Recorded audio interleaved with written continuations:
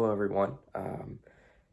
This is after Christmas, so Happy New Year's. This is probably going to be posted on New Year's Day. But today is time for my a review of Empire of the Vampire by Jay Kristoff. I finished this a little bit ago, but I just other things on my plate when it came to reviewing. So we finally got to reviewing this very battered copy of Empire of the Vampire. If you don't notice, because my head's right there, I did get the Calvin and Hobbes Complete Collection for Christmas, so that is a very pretty addition to my shelf that you might see in my videos. But here is, for future, I will definitely probably be getting Lightbringer review to you before this January 6th. That's when we go back to school.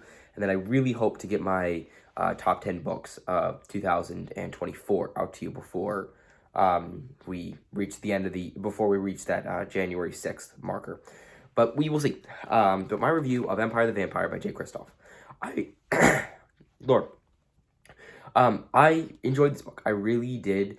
It is not anywhere near my favorite books, but it was definitely a book that delivered on what I was told it was going to. I was recommended this book by a friend who said that vampires have kind of in the cultural zeitgeist have become more like sexy and cool, especially post-Twilight.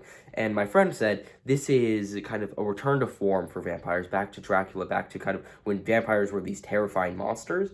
And that intrigued me enough, I picked it up. And that's true.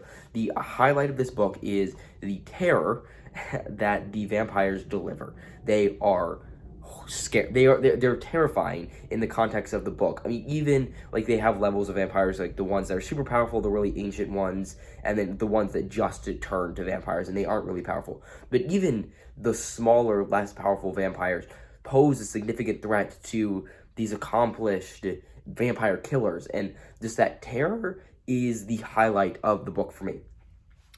But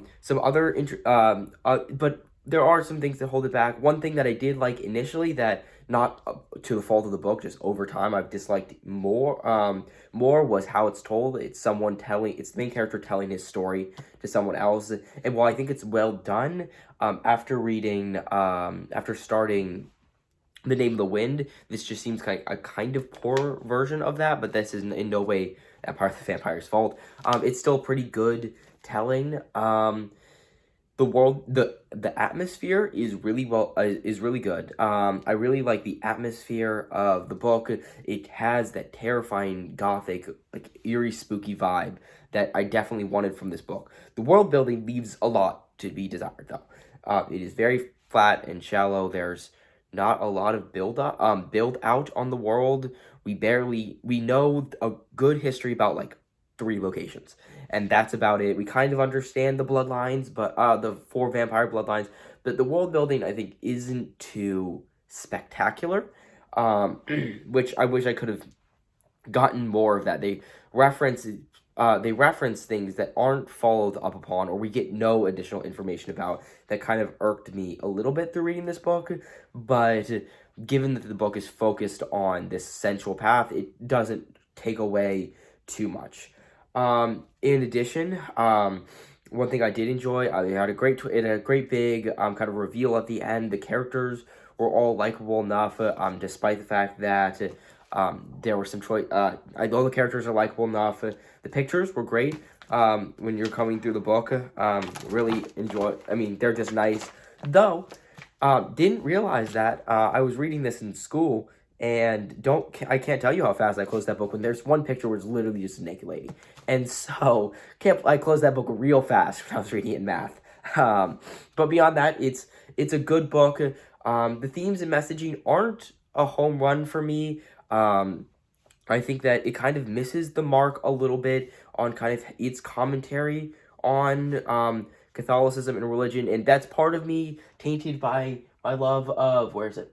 I don't own it. Small Gods. I don't actually have it up there. My love of Small Gods, I think that its critiques of the Catholic Church and of faith, and its kind of exploration of that, isn't as fleshed out as I would have liked. The critiques sometimes feel a little bit surface level. There's a little bit of deeper stuff, but that just never kind of clicked. I think Kristoff kind of missed the mark in that respect. but that's the one part of the messaging that wasn't the biggest fan of. Not that I thought that his analysis or what he was saying was wrong or bad, but I just don't think that he gave it the attention that it deserved if he had wanted to bring that in. He brought kind of these themes into the book, but never followed up in a meaningful or satisfying way, which kind of wasn't my favorite. But beyond that, it's a good book. I would recommend it to anyone who wants a book that will constantly make you dread. If you want a book where vampires are scary again, I recommend it for that. But overall, it's good. I will come back for in a second for probably a very short spoiler section.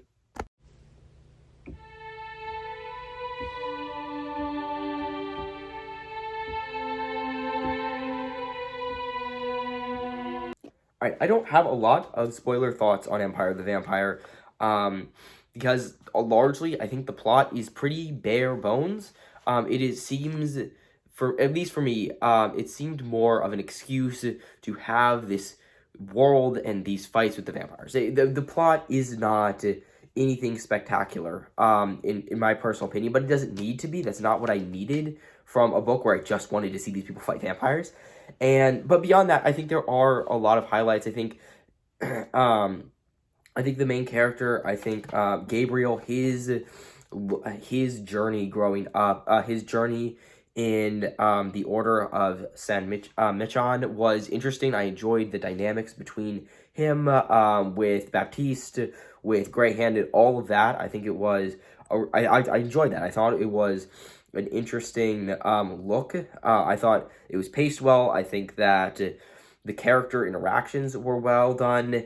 But once again, it's the vampires are the highlight. I think that their terror, the terror that they're able to provide, the fight on the slopes, when they're preventing the army from coming through, the scene where the Voss come and kill Astrid and Patience, and just all of the vampire parts were the scene on the bridge with the one Voss daughter, when they're going to Baptiste's hometown. All of that is the highlight. I think that the vampires are the reason I came to the book. Everything else is just kind of like, oh, it was pretty good along the way. Dior as a character, I liked her journey. I liked her coming. I liked how she and Gabriel were forced to come together, were forced to start to kind of break down each other's barriers a little bit. I thought that was well done. But overall, I think that the best scenes of the book are with the vampires, or the fights with the vampires, or when you get these awful beasts of creatures in the same room as our main characters. That's when the book shines. I think Christoph does a phenomenal job there. The vampires are super well done, and the characters are well done enough that I can ignore the fact that it's kind of just a poor road trip. It's not a great, it's a road trip book that I just didn't think was done as good as other road trip books, but the characters and the point of the book being the vampires are done so well that you don't really care. The point is the road trip. It's that's kind of there in order to get to the next fight, in order to get to the next vampire, and that is what made this book really work for me, is those elements. But yeah, I don't have a lot of spoiler thoughts. I really did enjoy Empire of the Vampire. There are some things I didn't quite love that kind of took the book down a couple spots for me. But overall, it was good. It was a good, enjoyable read for, it was a good, enjoyable read. This was kind of in between finishing Rhythm of War, and this was kind of in between Waiting for Wind and Truth. I was done with Discworld at that point. I was trying to find new things to read, and it was a really good book for that. But yeah, like I said, this is probably New Year's Day is when this is uploaded. I will try to get out my Lightbringer review probably Saturday or Sunday, and then hopefully Friday I will get out my top books of 2024. When you're wondering what qualifies, Lightbringer will not, simply because I want to take a week in between finishing a book to kind of break down what I enjoyed about it and where its final ranking, so it's not just immediately after I finish the book, kind of like gut reaction. So Lightbringer will miss the cut, but everything else I read, Wind and Truth, Winter's Heart, and Empire of the Vampire will be eligible for that list. But thank you guys so much for watching. I hope to see you next time. Bye.